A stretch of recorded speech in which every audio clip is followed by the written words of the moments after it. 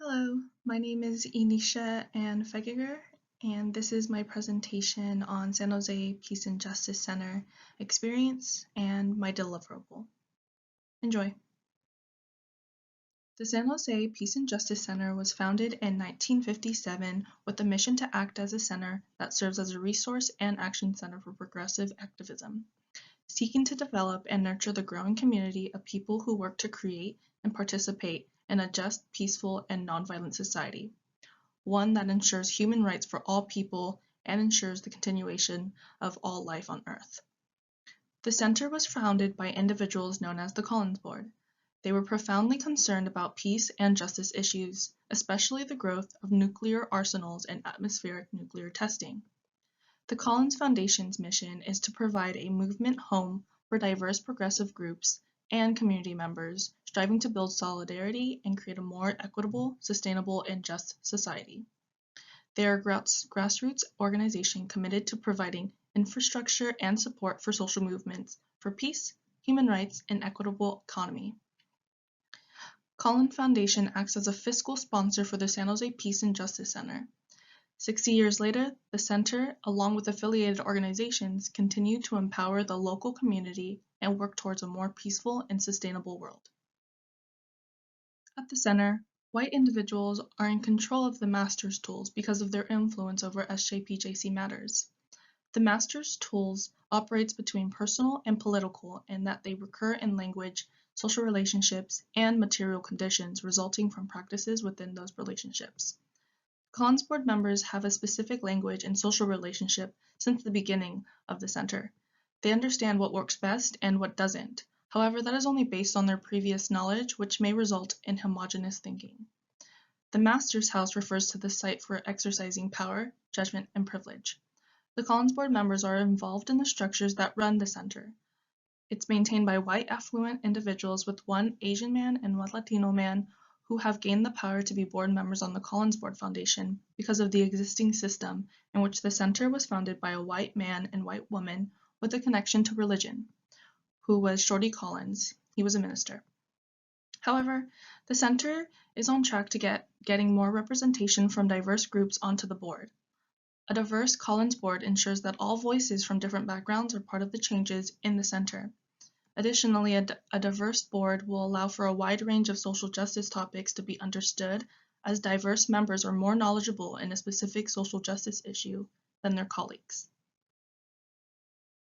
Harrow 2000 said, "People do not ignore the messages, rules, roles, and assumptions because there are enforcements in place to maintain them. I believe empowering people to speak out against injustices rather than being silent or dismissing unacceptable behaviors will enforce new roles and cultures.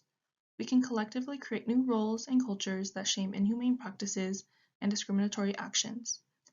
SJPJC addresses many social problems. However, I will talk about ableism and economic injustice. Michelle speaks out against ableism and encourages people and organizations to make their environments more accessible for people with a disability. Economic injustices are issues that the center tackles. An organization associated with the center helped renters fill out the Housing is Key rental relief application because many renters were and still are at risk of being evicted due to COVID. SJPJC supports food security by providing community members free food through our Peace Pantry and Community Garden. So far, I've met with members from a few organizations. An example is the Unhoused Response Group, who had weekend events in November and December to create personalized tombstones for the annual Unhoused Memorial for 2021. Now I'll discuss the SJPJC methods. The Peace Pantry tackles the pervasive issue of food insecurity and its link to extractive capitalist structures in order to ensure universal access to healthy food through collective community care, education, and advocacy. The Community Garden creates an ecological living environment that allows SJPJC to produce organic, fresh, healthy, and expensive foods for the community. The center has an equipment library, which is one way they address economic inequities. Additionally, the center uses the gift economy model that allows members to use the center at a low to no cost meeting space. SJPJC reaches out to the community about xenophobia, deportation, economic insecurity, colonialism, and more. The SJPJC blogs have been a resourceful educational method for the community. There are many social justice issues that are announced on the blog.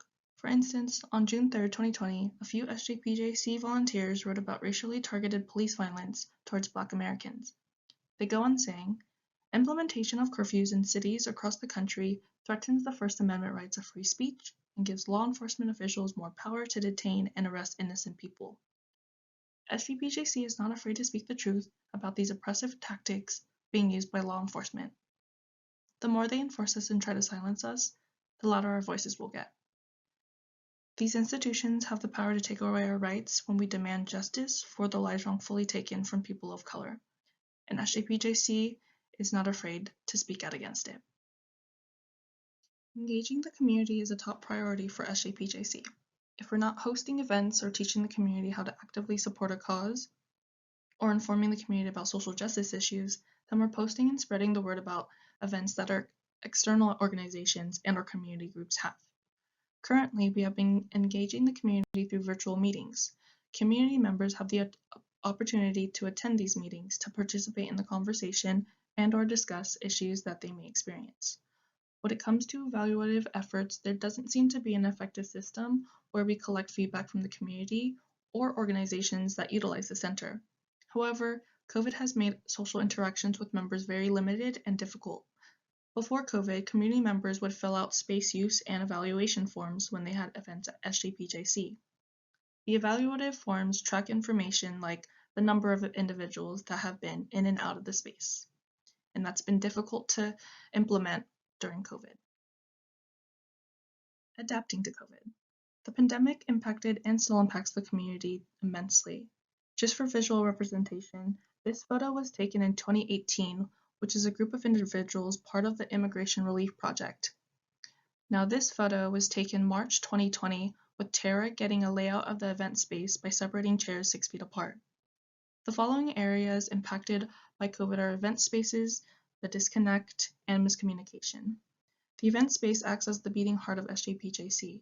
Community members and social justice groups use the event space to learn and educate the community about social justice issues. The disconnect is mostly amongst the leadership team. Most of them are a bit older and have different opinions about the center's purpose. Before, organizations were able to communicate in person about their concerns and ideas. Now it's hard to contact and maintain relationships with these organizations.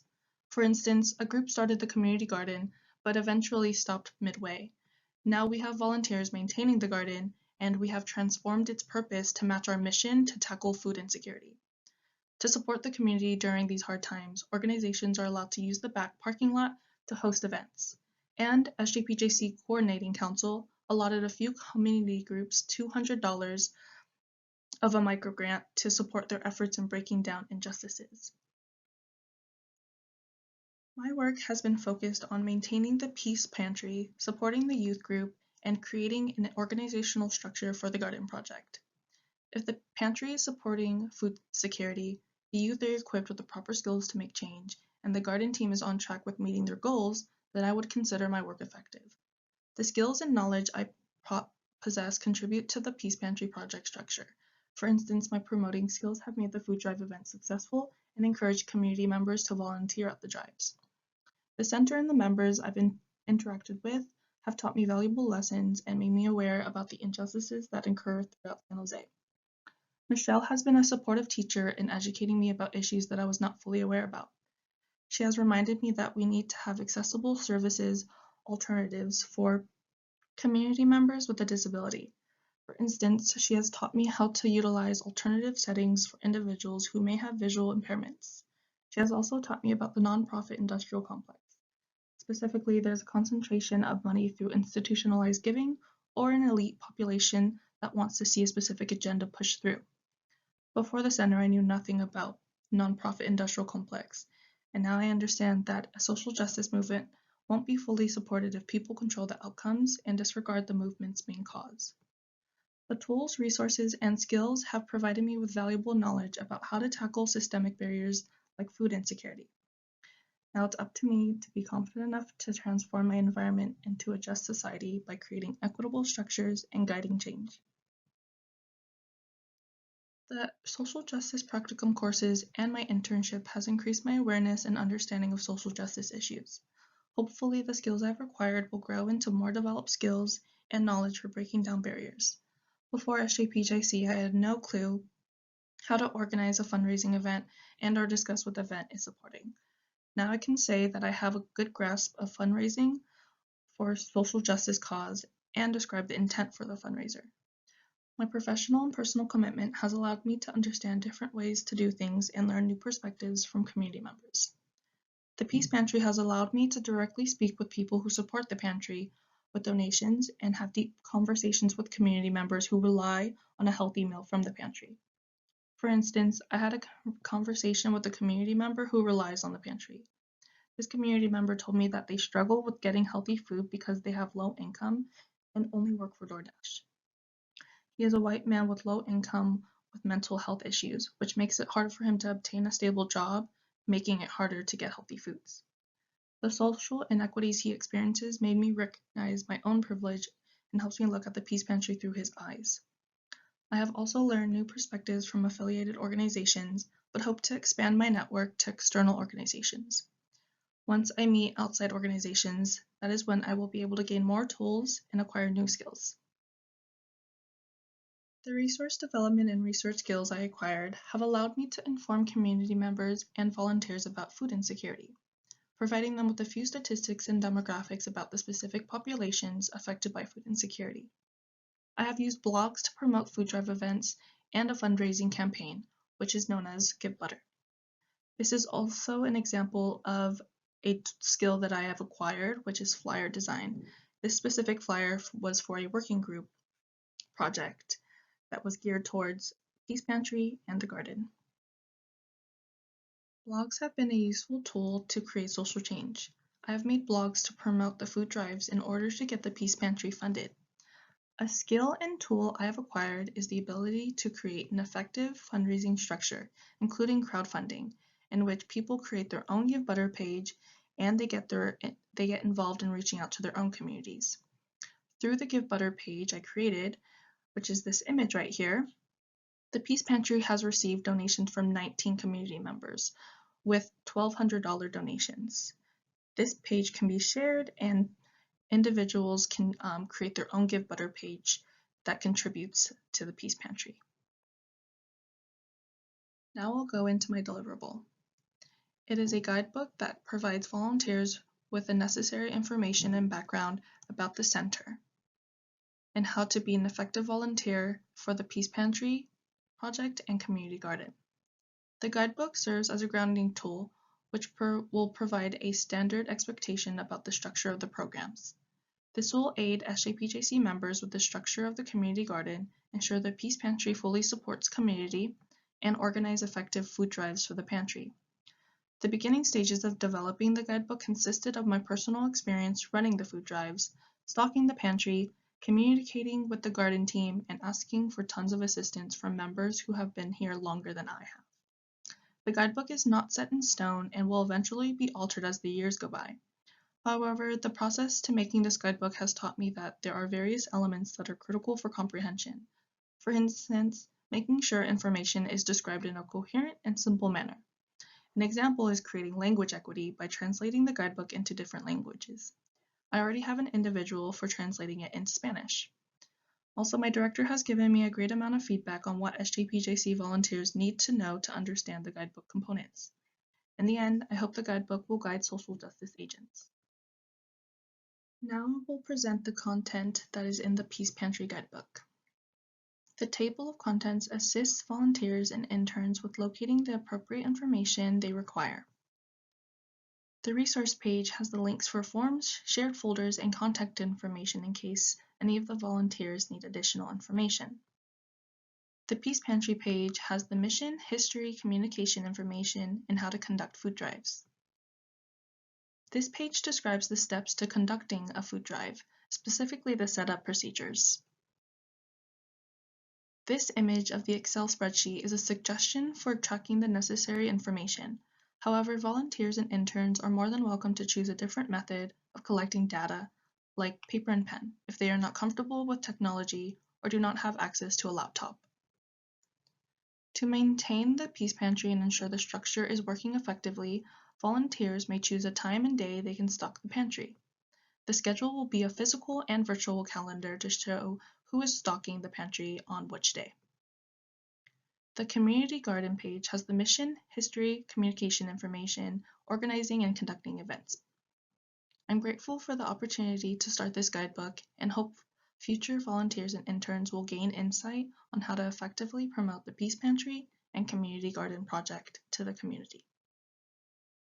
Thank you so much for watching my presentation.